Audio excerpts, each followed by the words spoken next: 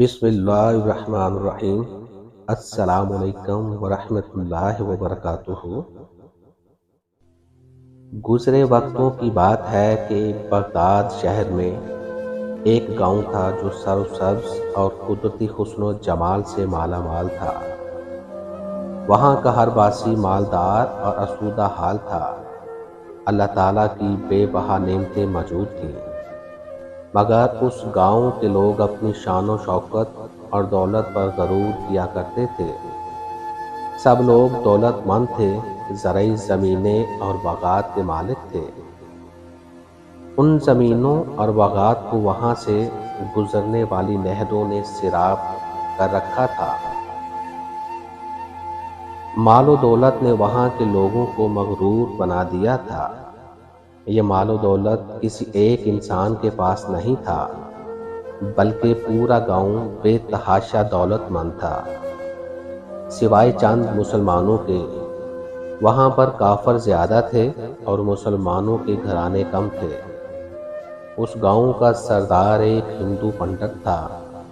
پنڈت کی ایک بیٹی تھی جسے وہ بے پناہ محبت کرتا تھا۔ بیٹی بہت زیادہ انا پرست اور مغرور تھی۔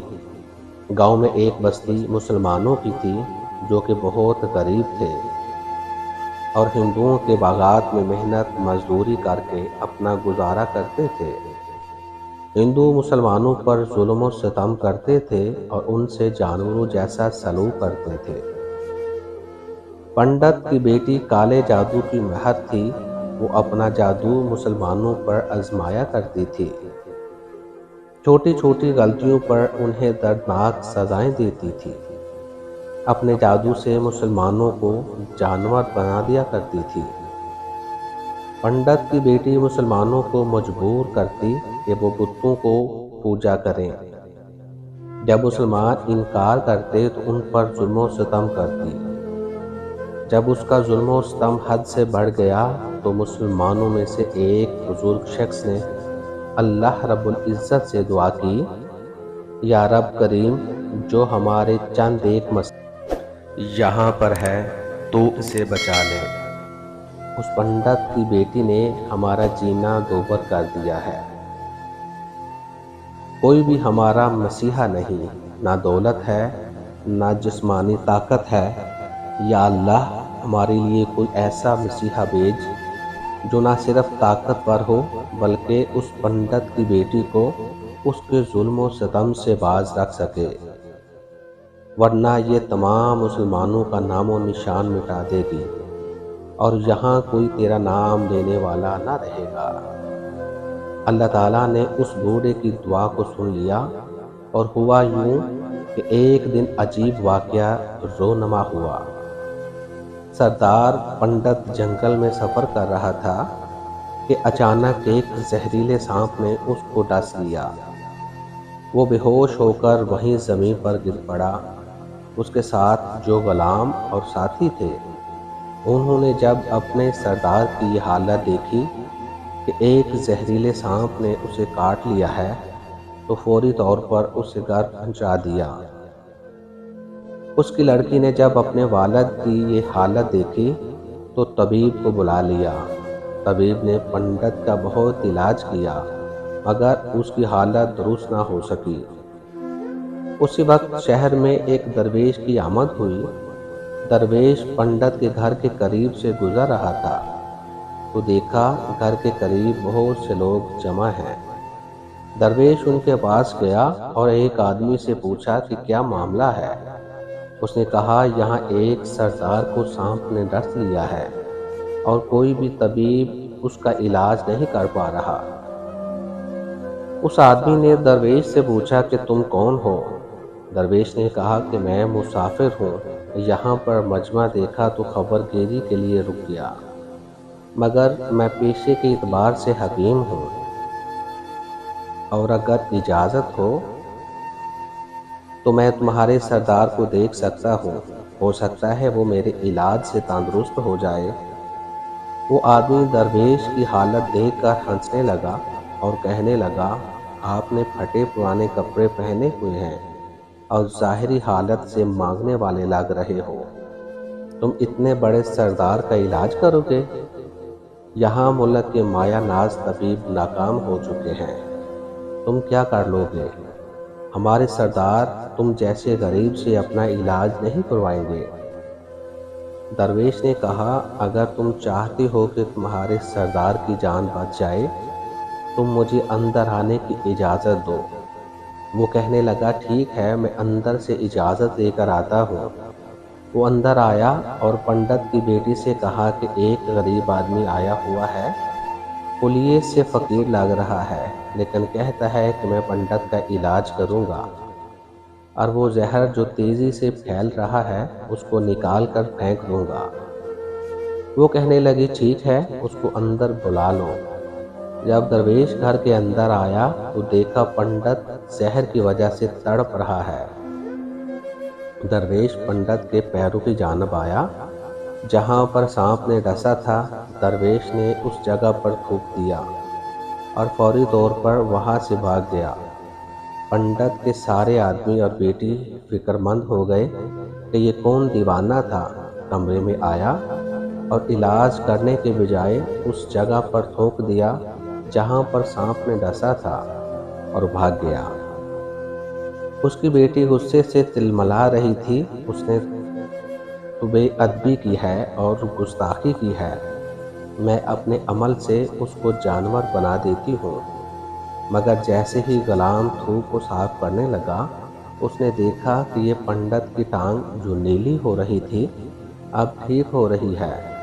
اس نے تو صاف کرنے کے بجائے اس کی ٹانگ پر ملنا شروع کر دیا، اور اس طرح کرنے سے پنڈت کی ٹانگ بالکل ٹھیک ہو گئی اور پنڈت کو ہوش آ گیا۔ اس نے لوگوں سے پوچھا کہ کس نے میرا علاج کیا ہے، تو لوگوں نے ساری کہانی سنا دی۔ پنڈت نے لوگوں کی بات سنی تو کہنے لگا، وہ تو ہمارا مسیحا تھا، تم اس کو دیوانہ کہتے ہو، وہ کسی طرح یہاں سے چلا گیا، اس کو میرے پاس لے آؤ، اس نے تو ہم پر بہت بڑا احسان کیا ہے، اور ہم اس کے احسان کا بدلہ ضرور چکائیں گے۔ پنڈت کی بیٹی اس کو خاموشی سے دیکھ رہی تھی۔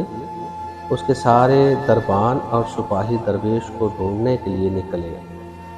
وہ لوگ چاروں طرف پھیل گئے، لیکن کہیں بھی ان کو درویش نہ ملا۔ مگر جب جنگل میں داخل ہوئے تو دیکھا ایک درخت کے نیچے ایک آدمی عبادت میں مصروف ہے۔ وہ غور سے اسی درویش کو دیکھ رہے تھے کہ وہ کیا کر رہا ہے۔ ہم لوگ تو اپنے بتوں کے آگے ہاتھ جوڑتے ہیں، یہ تو نہ جانے کس کو سجدہ کر رہا ہے۔ خیر، پنڈت کا حکم تھا، فوری طور پر درویش کو پنڈت کے پاس لایا گیا۔ پنڈت نے کہا، آپ کون ہیں اور کہاں سے آئے ہیں؟ سب سے پہلے تو میں گستاخی کی معافی چاہتا ہوں کہ میرے لوگوں نے آپ کی بہت بے عزتی کی، لیکن آپ کی وجہ سے آج میں زندہ ہوں۔